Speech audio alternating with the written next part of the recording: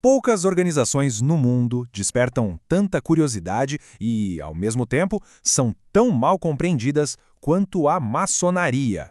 Hoje, a gente vai mergulhar um pouco nessa história. Pois é, o universo dos maçons, com seus rituais que parecem tão estranhos e seus segredos guardados às 7 chaves, sempre foi um enigma para muita gente. Seus símbolos acabaram entrando na cultura popular, mas a verdade é que poucos sabem o que eles realmente significam. E essa é a grande pergunta, né? O que é a maçonaria de verdade? Nessa nossa análise, a gente vai tentar tirar essas camadas de mito e de história para entender a real natureza dessa fraternidade. Olha, para começar a entender, é preciso saber de uma coisa. Desde que ela foi criada oficialmente lá no século XVIII, a maçonaria sempre foi alvo de uma avalanche de acusações. E o mais curioso é que muitas delas são completamente contraditórias. Pensa só na confusão. A maçonaria já foi chamada de pró-católica e, ao mesmo tempo, de anticatólica, de judaica e de antissemita, de comunista e de capitalista. Essa quantidade de rótulos que se anulam só aumenta o mistério e mostra que a gente precisa de um olhar um pouco mais atento e baseado nos fatos. Então, para a gente entender de verdade, o melhor caminho é ir para o centro de tudo, a loja maçônica. É ali que os princípios e as práticas da maçonaria realmente acontecem. O termo loja, na verdade, se refere a duas coisas, tanto ao grupo de maçons quanto ao prédio onde eles se encontram. E essa tradição vem direto das oficinas onde os pedreiros lá da Idade Média se reuniam perto das obras para conversar e discutir o trabalho.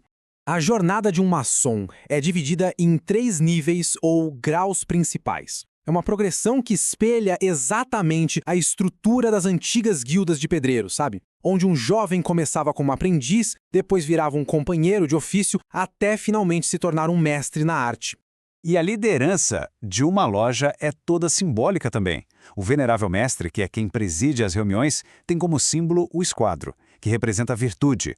O primeiro vigilante usa o nível, um símbolo da igualdade entre todos.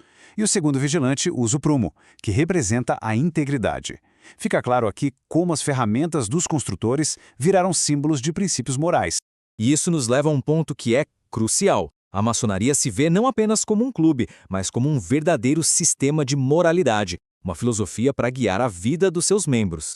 Uma das ideias centrais aqui é a crença num ser supremo, que eles chamam de grande arquiteto do universo. O ponto-chave é que essa designação é universal, o que permite que cristãos, judeus, muçulmanos, todos participem. E aqui tem uma distinção fundamental. A maçonaria exige a fé numa divindade, mas ela mesma não se define como uma religião. E olha, isso não é de hoje. Essa citação aí é das Constituições de Anderson, um dos documentos que fundaram a maçonaria moderna. E ela deixa isso bem claro. Seguir a lei moral e acreditar num ser supremo são requisitos básicos, o que exclui, por exemplo, ateus de poderem entrar na fraternidade.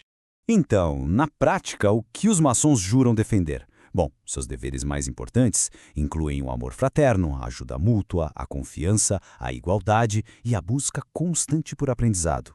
É, em essência, um verdadeiro código de conduta para a vida. Mas de onde é que veio tudo isso? Para entender todo esse simbolismo, a gente precisa voltar para as origens práticas e históricas da organização, para a época em que os maçons eram literalmente construtores.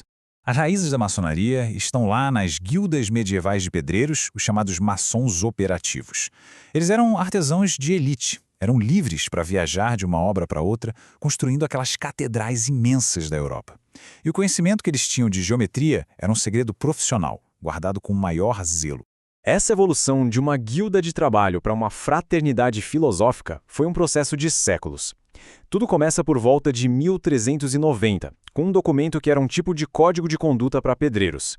Mas o grande salto mesmo vem em 1717, com a criação da primeira grande loja. É aí que a organização começa a aceitar gente que não era da profissão. E, finalmente, em 1813, uma unificação na Inglaterra consolida a estrutura que a gente conhece hoje. E aqui está a transformação fundamental. A maçonaria deixou de ser operativa, ou seja, focada em construir prédios de verdade, e passou a ser especulativa, focada em construir o caráter moral de seus membros. E para isso, eles usam as ferramentas e os símbolos da construção como grandes metáforas. E assim, uma organização de construtores de catedrais se reinventou completamente como uma fraternidade filosófica global. Diante de todas as mudanças do mundo moderno, a grande questão que fica no ar é como a maçonaria vai continuar a evoluir e qual vai ser a relevância dela daqui para frente.